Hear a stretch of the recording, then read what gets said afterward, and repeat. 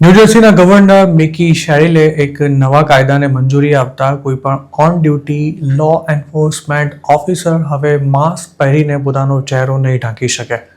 આ કાયદો આઈસના એજન્ટ્સ પર પણ લાગુ પડશે. માસ્ક ન પહેરવા ઉપરાંત આઈસના એજન્ટ્સ માટે ન્યૂજર્સીમાંથી કોઈને પણ અરેસ્ટ કરતા પહેલા પોતાની સંપૂર્ણ ઓળખ આપવાનું પણ ફરજિયાત બનાવાયું છે. ન્યૂજર્સીના રોસબરીમાં ગયા મહિને જ એક વેરહાઉસને $129 મિલિયન ખર્ચે ખરીદી લીધા બાદ તેને ડિટેન્શન સેન્ટરમાં કન્વર્ટ કરવામાં આવી રહ્યું છે, જેની સામે કેટલાક રિપબ્લિકન લીડર્સે લોસૂટ ફાઇલ કર્યો છે અને હવે ડેમોક્રેટ્સ પણ તેમાં જોડાયા છે. આ બાબતે ગવર્નરે એવો દાવો કર્યો હતો કે આઈસે આ વેરહાઉસને ખરીદવા માટે માર્કેટ પ્રાઇસ કરતાં ડબલ કિંમત ચૂકવી છે, જેમાં 1500 કેદીઓને રાખી શકાય તેટલું મોટું ડિટેન્શન સેન્ટર બનાવવાનો સરકારનો પ્લાન છે. જોકે તેની સામેના લોસૂટમાં એવો દાવો કરાયો છે કે આ વેરહાઉસમાં ગટર લાઇનના પ્રશ્નો છે, તેમજ ત્યાં પીવાનું પાણી પણ નથી આવતું.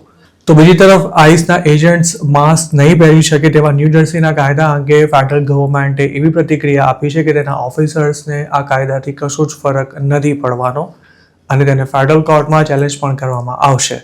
ન્યૂજર્સી એક ડેમોક્રેટિક સ્ટેટ છે જે ઇમિગ્રન્ટ્સનું રક્ષણ કરવાનું વલણ ધરાવે છે, તેમજ કેલિફોર્નિયા બાદ કુલ વસ્તીમાં સૌથી વધુ ઇમિગ્રન્ટ્સનું પ્રમાણ ધરાવતું ન્યૂજર્સી બીજું સૌથી મોટું સ્ટેટ છે.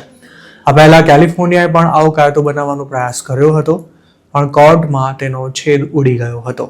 ન્યૂજર્સીના ગવર્નરે ચૂંટણી પ્રચાર દરમિયાન જ ટ્રમ્પ એડમિનિસ્ટ્રેશનની માસ ડિપોર્ટેશનની ટેક્ટિક્સને અંધાધૂંધી ઊભી કરનારી ગણાવી હતી.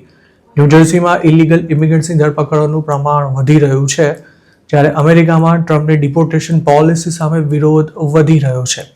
તેવા જ સમયે સ્ટેટના ગવર્નરે આઈસના એજન્ટ્સ માસ્ક ન પહેરી શકે તે માટે કાયદો અમલમાં મૂક્યો છે.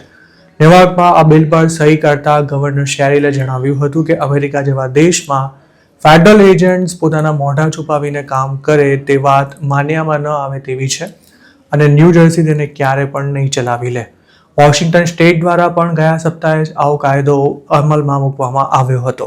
ડેમોક્રેટ્સે અન્ય 17 રાજ્યોમાં પણ માસ્ક પર પ્રતિબંધ મૂકવા માટે બિલ રજૂ કર્યા છે, જેમાં ફાયર અને વોટર રેસ્ક્યુ ઉપરાંત રોગચાળાને અટકાવવા સિવાયના હેતુ માટે ફેડરલ એજન્ટ્સના માસ્ક પહેરવા પર પ્રતિબંધ મૂકવાની માંગ કરવામાં આવી છે. આ મામલે DHSના પ્રવક્તા લોરેન બીસે એવી પ્રતિક્રિયા આપી હતી કે ફેડરલ એજન્ટ્સ માસ્ક પહેરવાનું બંધ નહીં કરે. તેમણે ન્યૂજર્સી દ્વારા મૂકવામાં આવેલા બેનને પણ ગેરબંધારણીય ગણાવ્યો હતો.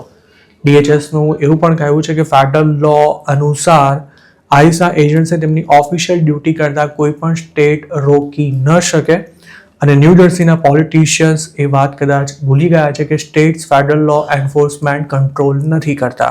ન્યૂજર્સીના ગવર્નર હજુ 2 મહિના પહેલા જ સત્તા પર આવ્યા છે. તેમણે શપથ લેતા જ એક વેબસાઇટ શરૂ કરી હતી, જેમાં ન્યૂજર્સીના લોકોને ફેડરલ એજન્ટ્સની કોઈપણ કાર્યવાહીના વિડીયો શેર કરવા માટે જણાવાયું હતું. આ વેબસાઇટ પર જેટલા પણ વિડીયો અપલોડ કરાયા હતા તેમાંથી મોટાભાગના વિડીયોમાં એજન્ટ્સે પોતાનો ચહેરો ઢાંકેલો હતો. DHSની એવી આર્ગ્યુમેન્ટ છે કે પોતાની સાથે ફેમિલી મેમ્બર્સની પ્રાઇવસી જોખમાય નહીં તે માટે એજન્ટ્સને ચહેરો ઢાંકવાની છૂટ આપવામાં આવી છે. છેલ્લા એકાદ વર્ષમાં આઈસના એજન્ટ્સને ઓનલાઈન ટાર્ગેટ કરી પરેશાન કરવામાં આવી રહ્યા છે, તેમજ તેમના પર હુમલા થવાનું પ્રમાણ પણ વધી રહ્યું હોવાથી તેમની સુરક્ષા સુનિશ્ચિત કરવી જરૂરી છે તેવું પણ DHSનું કહેવું છે. કેલિફોર્નિયાએ પણ ગયા વર્ષે જ આવો કાયદો અમલમાં મૂક્યો હતો, જેને ફેડરલ કોર્ટે રદ કરી દેતા એવું કહ્યું હતું કે સ્ટેટ પોલીસ ઓફિસર્સને પણ આવરી લેતો આ પ્રતિબંધ ગેરબંધારણીય નથી. ન્યૂયોર્કમાં પણ આવા કાયદા માટે એક બિલ રજૂ કરવામાં આવ્યું છે. તેના સ્પોન્સર સેનેટર પેટ્રિશિયા ફેનું કહેવું છે કે સ્ટેટ્સ પોલીસ ઓફિસર્સ માટે બોડી કેમેરા ખરીદવા મિલિયન્સ ઓફ ડોલર્સ ખર્ચી રહ્યા છે, તેમાં ફેડરલ એજન્ટ્સને તેમાંથી મુક્તિ આપવું સાવ અતાર્કિક છે. આમ તો હાલમાં જ ટ્રમ્પ એડમિનિસ્ટ્રેશને આઈસના એજન્ટ્સને એરપોર્ટ પર પણ તૈનાત કરી દીધા છે અને તેમણે માસ્ક ન પહેરવું જોઈએ તેવું પણ તેમણે કહ્યું હતું, પરંતુ સ્ટેટ્સમાં જે એન્ફોર્સમેન્ટ થઈ રહ્યું છે તેમાં હજુ પણ આઈસના એજન્ટ્સ પોતાનો ચહેરો ઢાંકી રહ્યા છે.